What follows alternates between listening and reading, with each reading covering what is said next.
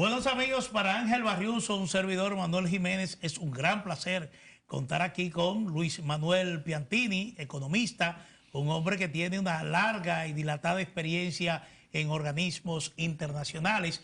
Así que vamos a conversar con él sobre varios temas, pero inicialmente vamos a hablar de agenda económica, que cumple justamente 17 años. Buenas noches, Luis Manuel. La verdad que me siento muy complacido de tenerte aquí. Sí. Bueno, buenas noches, Manuel, buenas noches, Ángel, buenas noches, pueblo dominicano, que Dios me lo bendiga. Sí. Sí mencionaste agenda económica, ¿no? Eso fue por el año 2006 que lo creamos, ¿no? Un grupo de economistas. Estaba Luis Núñez, estaba Rosana Ruiz. Ezequiel no salía en aquel entonces, pero sí fue uno de los promotores, el promotor, ¿no? Junto con varios otros.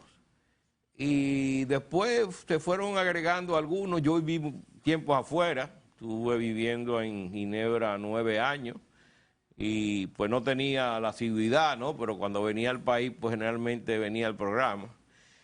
Y fue un programa que antes duraba 1 hora diaria. Era un momento muy difícil porque acabamos de pasar aquella crisis bancaria y los mercados todavía estaban un poco desajustados, ¿no?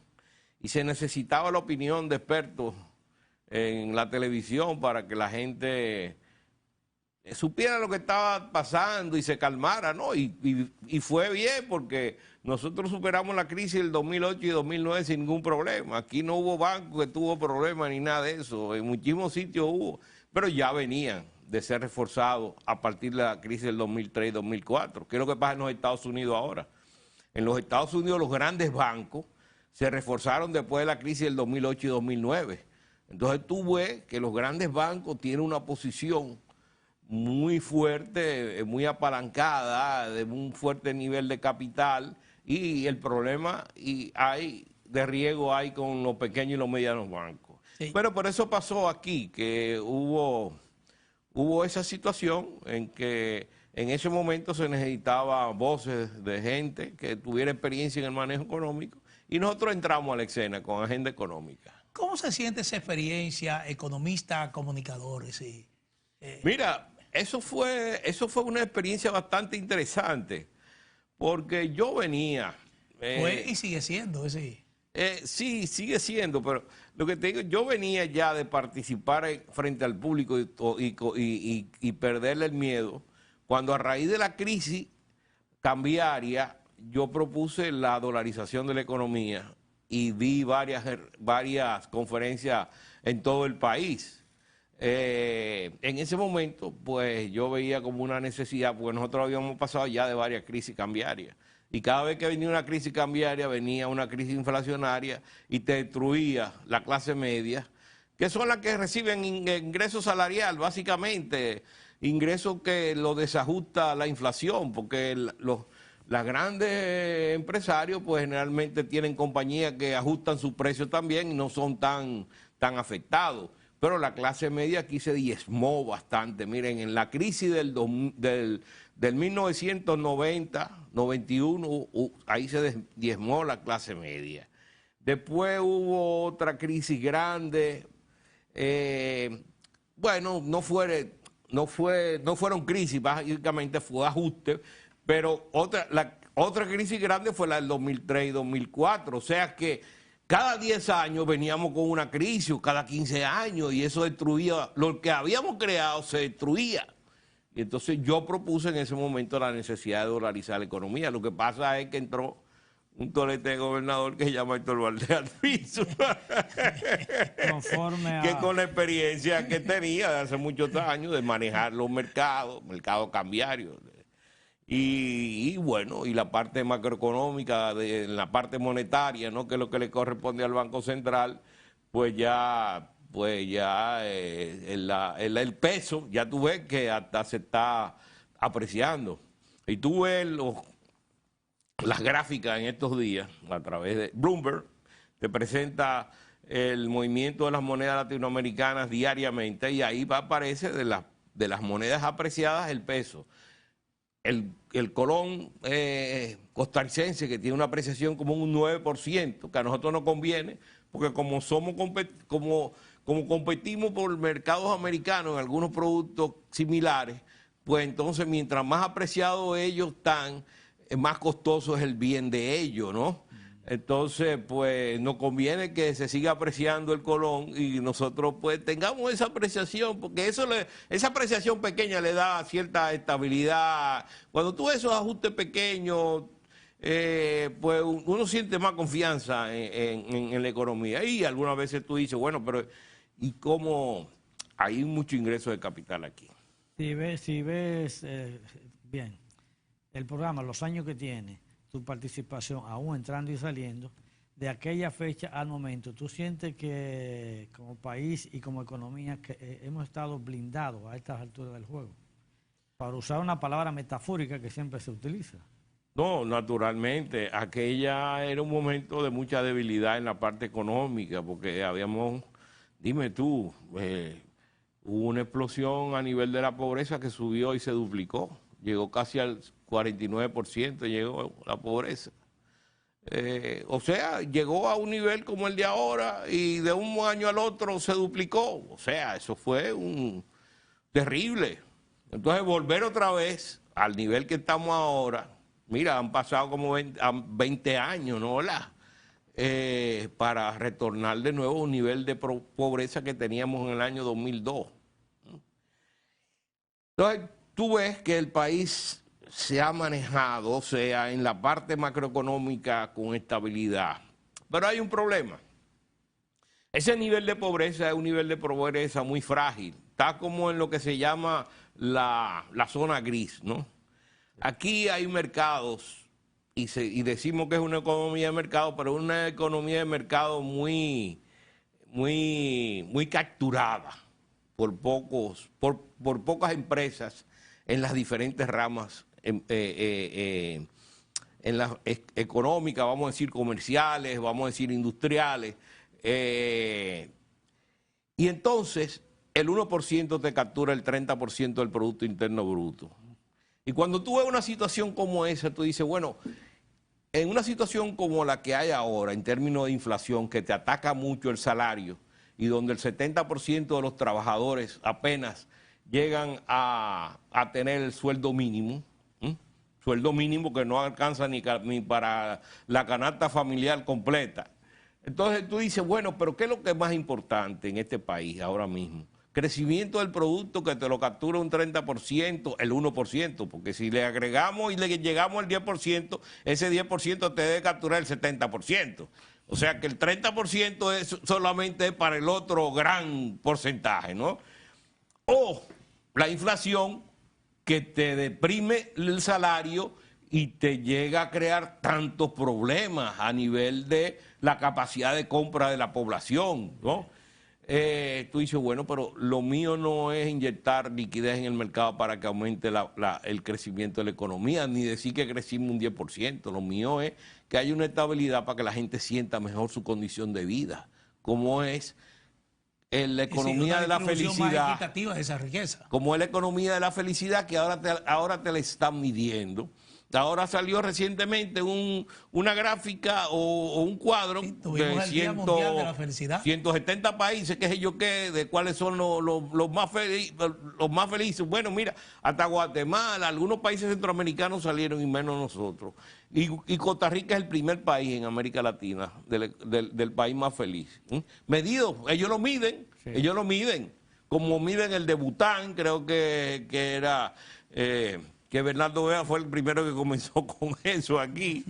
Bueno, pero lo que te digo es que lo más importante para un gobernante, más que el crecimiento del producto en un momento determinado, que es importante, pero es que la población sienta que no se le está deteriorando su nivel, su capacidad. ¿Cómo podríamos garantizar el poder adquisitivo de una moneda como la nuestra, que tiene un dólar que no baja de 50? Eso es bueno, el dólar ahora, porque eso es un elemento que amortiza la presión inflacionaria. Si si nosotros tuviéramos ahora mismo un proceso devaluatorio, eso se reflejaría en el nivel de del precio, de los precios, en un aumento de los precios. ¿Por qué? Porque este país es muy demandante de insumos y bienes importados. Bien. Entonces, el costo del dólar sería, del peso, del dólar para el peso, sería mucho mayor, ¿no? Entonces te demandaría más peso y eso entonces te presiona más el precio cuando ingresa el producto importado hacia el alza y te provoca más inflación. Por eso es que el Banco Central y nuestro gobernador Héctor Valdés Albizu siempre ha sido un hombre muy cauteloso con el asunto de los movimientos de la tasa, porque la tasa tiene mucho que ver con el movimiento de la inflación. Sí.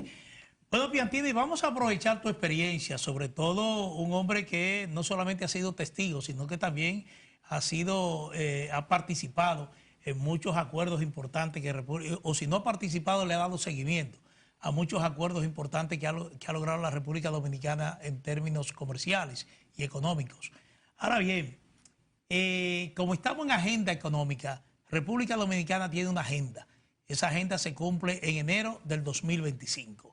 Me refiero al momento en que ya el arroz importado de Estados Unidos entra a República Dominicana libre de arancel. Del DRCAFTA, sí, tú dices. Del DRCAFTA. Leí un artículo que publicaste en el Listín Diario, bastante interesante, donde narra la historia de aquellas negociaciones y donde finalmente señala que no hay solución a ese problema, que aquí el sector arrocero y el gobierno lo entiende como un problema muy grave para justamente el sector arrocero. No hay solución a ese problema fuera del DRCAFTA. Bueno, solución la había, Manuel.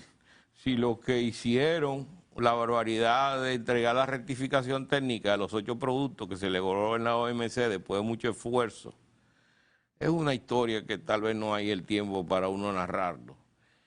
Pero cuando se dio el DRCAFTA, que dentro de la oferta agrícola dominicana, nosotros pusimos la rectificación técnica como parte de los bienes desgravables, que todavía no lo son en la OMC, no lo van a hacer hasta que no haya una negociación que cambie las ofertas de bienes. Todavía el arroz de Tailandia sigue pagando un 100%, mientras el americano va a pagar un 0%. Ese es el gran problema, ¿tú entiendes? O sea, que no se visualizó esa situación, o si se visualizó, no se hizo el trabajo que debió haberse hecho, como era mejorar la productividad del arroz durante estos 20 años para poder competir con los americanos. Mira, cuando dicen no, que el arroz, que los americanos se van a preocupar porque esto va a crear una revolución, a los americanos no les importa eso. Mira México. México le destruyeron el maíz. México dependía del maíz y el gran problema de México con la pobreza rural fue precisamente con el acuerdo del NAFTA, que destruyó la producción mexicana de maíz. Y eso era un elemento básico de la alimentación mexicana. Entonces, si vamos a que, bueno, que los americanos se van a preocupar, los americanos no se van a preocupar nada. Los americanos lo que quieren es que se cumpla el acuerdo que usted firmó responsablemente. Ahora, ¿qué es lo que tiene que hacer el gobierno? El gobierno tiene que ver los costos, ¿no? Y los precios que hay entre ambas naciones y ver qué se puede hacer para mejorar el nivel. Porque yo vi un cuadro los otros días donde aparecía el precio del arroz americano, que era más de 2 veces el arroz dominicano. Digo, pero entonces, ¿cuál es el problema? ¿No? Entonces, tal vez ese es un cuadro equivocado. No que los subsidios, bueno, pero los subsidios lo presentaron los europeos y los americanos dentro de su canasta y nosotros no presentamos nada. Cuando se hizo la oferta en el GATT, que fue el acuerdo final del año 94. Perdón, es decir, que objetar el acuerdo en base a que Estados Unidos subsidia su producción arrocera no tiene sentido. No tiene ningún porque efecto. eso está aprobado por la Organización Mundial de Comercio. Esos subsidios son legales. Lo que son ilegales son los de nosotros. Nosotros tenemos derecho al 10% del Producto Interno Bruto agrícola. Yo tuve 9 años como embajador ante la Organización Mundial de Comercio. Cuando se creó la embajada, yo fui el primer embajador y estuve hasta el año 2017. O sea que yo sé perfectamente cómo se maneja eso ahí adentro. Entonces, ahora, hay una debilidad ahora mismo en la OMC, porque los americanos la debilitaron porque les convenía. O sea, a los americanos perdieron varios pleitos ante el órgano de apelación y lo han neutralizado. No han aprobado más nuevos jueces, o sea que tú llevas un caso entre la OMC y ese caso queda como en una zona gris, ¿no? Puede ser que haya sido aprobado tu posición en el órgano de diferencia, pero tú la llevas al órgano de apelación y eso queda así. Entonces, ¿qué es lo que te digo con eso? Que ahora hay un elemento de debilidad ante la supervisión, pero no quiere decir que tú estás alegremente, que deberías incumplir alegremente, porque tú tienes otros países dentro del DR-CAFTA que te están chequeando también, ¿eh? Entonces, ¿qué pasa? Tú puedes utilizar una serie de mecanismos para mejorar la productividad del arroz. Lo que tú no puedes decir que aquello hicieron, que lo que están haciendo aquello es incorrecto, porque no es incorrecto. Aquello están haciendo lo que tú le permitiste que hicieran, porque somos así nosotros de irresponsables. Tomamos la decisión y no pensamos que eso después nos va a venir con una contraofensiva en contra del país también.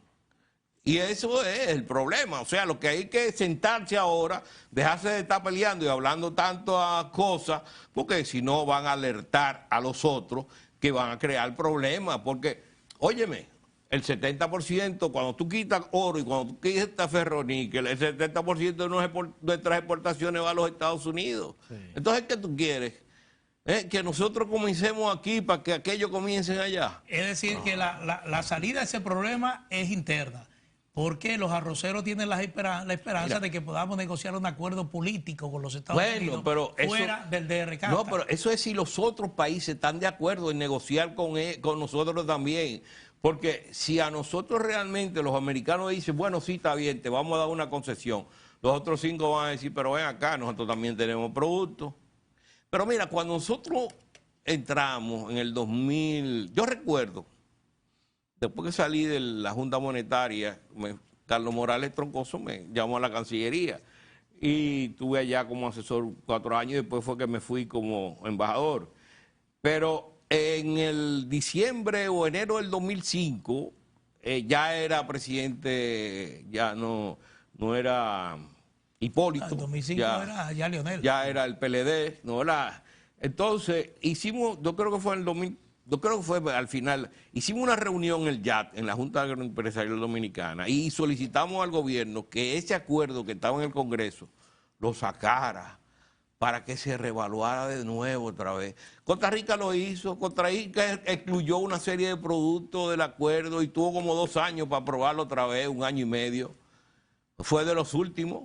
Porque él se mantuvo en eso, pero nosotros no hacemos nada, no. Eso es igual que lo que pasó con la rectificación técnica. Bajaron el arroz, vamos a poner el arroz, que estaba en 100% los aranceles como una medida proteccionista. Lo bajaron al 40%, los dominicanos, cuando hicieron la oferta de bienes en el 94 ante el GATT, lo bajaron al 40%. Y cuando vinieron los agricultores, el sector agrícola, se dio cuenta de lo que había pasado en Ginebra. Entonces fueron huyendo para allá. Ya me encontré con Luis Toral, me encontré con Omar Benítez, que comenzaban la lucha, porque nosotros ya también estábamos preparando a técnicos en negociaciones de normas y una serie de cosas en el Banco Central, a través de la Junta. Entonces yo por eso estuve allá con Héctor Giuliani, porque el gobernador me había encargado a mí de los asuntos de la OMC. Y entonces fuimos y me dije, mira, ¿y qué es lo que ha pasado? Cojan para allá, ¿qué es lo que está pasando? Y entonces allá nos encontramos a Toral, que era secretario de Agricultura, y nos encontramos a Osmar Benítez, que Osmar era muy conocedor de eso.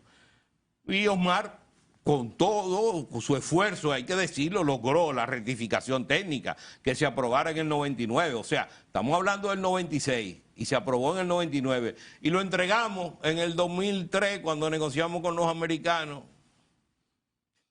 Una cosa que es rarísimo. Yo tuve 9 años allá como embajador y eso yo nunca lo vi. Solamente, por ejemplo, en el caso de Haití, y eso hubo mucha oposición. Haití tiene un arancel del 20%, ¿no? ¿Verdad? Pero entra al CARICOM. ¿Qué pasa? Que el CARICOM tiene un arancel del 40%. Entonces tú vas a subir el arancel de Haití, ellos, del 20 al 40, porque el arancel consolidado del CARICOM frente a tercero es 40. Entonces muchos países se opusieron a eso. ¿Por qué? Pues le perjudicaba sus exportaciones a Haití ya y mejoraba sus negociaciones con los países caribeños. Entonces, en ese sentido, tú ves cuando hay cambios de aranceles que suben, porque lo general es que bajen. Cuando un país ingresa a la OMC, tú negocias para que bajen los aranceles que tú tienes, no para que suban.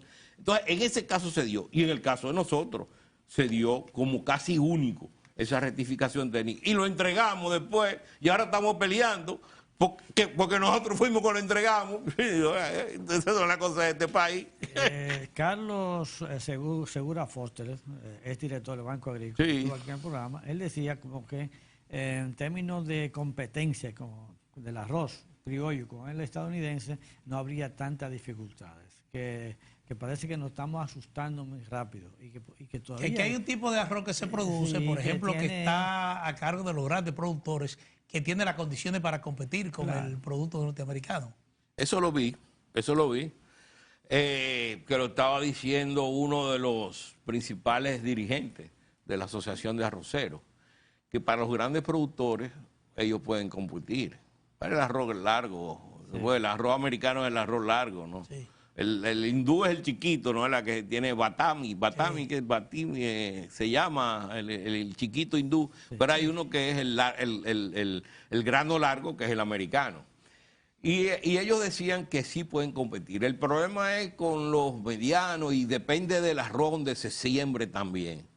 Pero bueno, es un problema que lo va a tener que enfrentar el gobierno.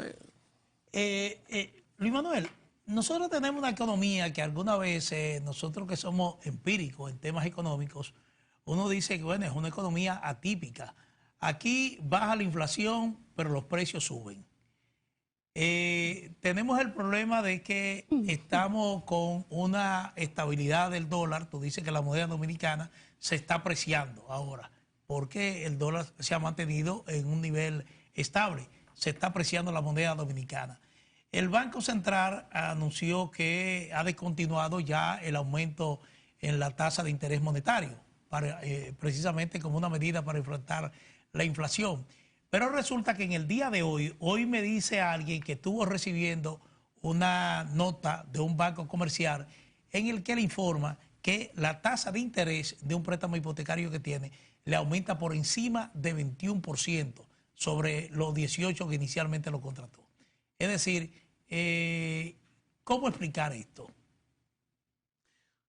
Estábamos hablando ahorita del problema de los mercados. Sí, porque ¿hasta qué punto eso puede afectar no por ejemplo, las inversiones? No son mercados competitivos, son 2, 3 empresas que te tienen controlado el mercado y por eso tú no ves el ajuste de precios. Porque el ajuste de precios se da cuando esas empresas quieran que se ajuste. Y así como te hablo de precios, te hablo de las tasas de interés también. Cuando tú tienes 2 o 3 bancos que te manejan el 70 o el 80% del mercado bancario, ya ahí el manejo es un manejo donde lo deciden prácticamente 2 y 3 bancos, ¿tú entiendes? Entonces, por eso es que tú ves que aquí cuando ahora mismo están bajando los precios en los mercados internacionales, las materias primas, los fletes, todo eso, todo lo que ocasionó para que los precios aumentaran. Incluyendo el petróleo. Hola, pero aquí no baja. Mira, cuando hubo la crisis bancaria del 2003-2004, se disparó la tasa de cambio casi al 60. Yo creo que llegó más alta de lo que está ahora. Y cuando entró el gobierno del expresidente Fernández, estaba a 42 y Héctor Valdés la bajó a 28. Yo creo que se exageró un poco la nota, porque ahí las exportaciones para mí se afectaron un poco, pero bueno, la cosa fue que el mercado se estabilizó y eso era lo que se quería. Pero entonces, ¿tú crees que los precios bajaron? ¿Que hubo una deflación después? No, los precios siguieron aumentando. Inflación hubo después el año siguiente. No hubo una deflación. No, después eso fue el promedio de ese año, creo que fue 40 y pico. Y después del otro año, Héctor Valdés bajó, que la inflación fue no, el menos del 10, pero hubo una inflación. Inflación es cuando te aumenta el precio por encima del que está. Y entonces, si hubo una caída producto de que se cayó la tasa de cambio y se cayeron los precios a lo que tú compras internacionalmente, internamente no hubo un ajuste de precios, porque eso está capturado, esos mercados están capturados. El problema de este país, de la distribución del ingreso y de la distribución de la riqueza, es que el mercado está capturado, y por eso tenemos que el 1% de la población recibe el 30% del Producto Interno Bruto. Porque ¿qué es lo que produce el Producto Interno Bruto? Los ingresos los ingresos que tú generas diariamente, y ahí está el sector bancario, el sector de todos los sectores, el panadero, todos los sectores que hay, todos los mercados que hay, ¿no? Entonces el problema es que no hay un mercado, porque la ley de competencia aquí no se cumple. Yo no sé si tú recuerdas, hubo una directora... Aunque tenemos un organismo de procompetencias. No, pero, hubo una directora, la primera, tenía una... Por ley fija, la ley le fijaba un periodo y la tumbaron. Bueno, porque se le ocurrió traer una gran empresa, ¿no? Y aplicarle una penalidad. Por eso... Y el estudio sobre la cerveza. No quería mencionar nombres. Por monopolio, ¿no? ¿Por qué? Porque estaba afectando el mercado de otros productos similares. Pero eso se ve todos los días aquí y nadie le mete el pico. ¿Por qué? Hay una razón para mí que yo creo que por ahí es la cosa. El Estado puede controlar los ingresos de las grandes empresas para fiscalizarlo. Pero si aquí, en vez de haber 2 empresas en un sector, hubieran 40 empresas, entonces dirían, no, espérate, es que los ingresos fiscales se me están dispersando y se me están escapando. Déjame entonces mejor que sean estas 2 empresas las que están manejando el mercado. Y por eso que tú ves que aquí la caída de la inflación no se da. Bueno, Manuel, tengo a Ariel ahí haciéndome más señas que el carajo. Y sí, así que llegamos al final de esta interesante entrevista con Luis Manuel Piantini, el vicegobernador del Banco Central, representante dominicano ante el Fondo Monetario Internacional, la UNCTAD, Naciones Unidas, es decir que un hombre de bastante experiencia en esto de organismos internacionales. Muchísimas gracias a Luis Manuel Piantini. Ángel Barriuso, un servidor, Manuel Jiménez, agradecido de su sintonía, y invitarlo para que estén con nosotros de lunes a viernes de 7 a 8 de la noche por aquí, por RNN, y también a través de nuestras cuentas en redes sociales. Buenas noches.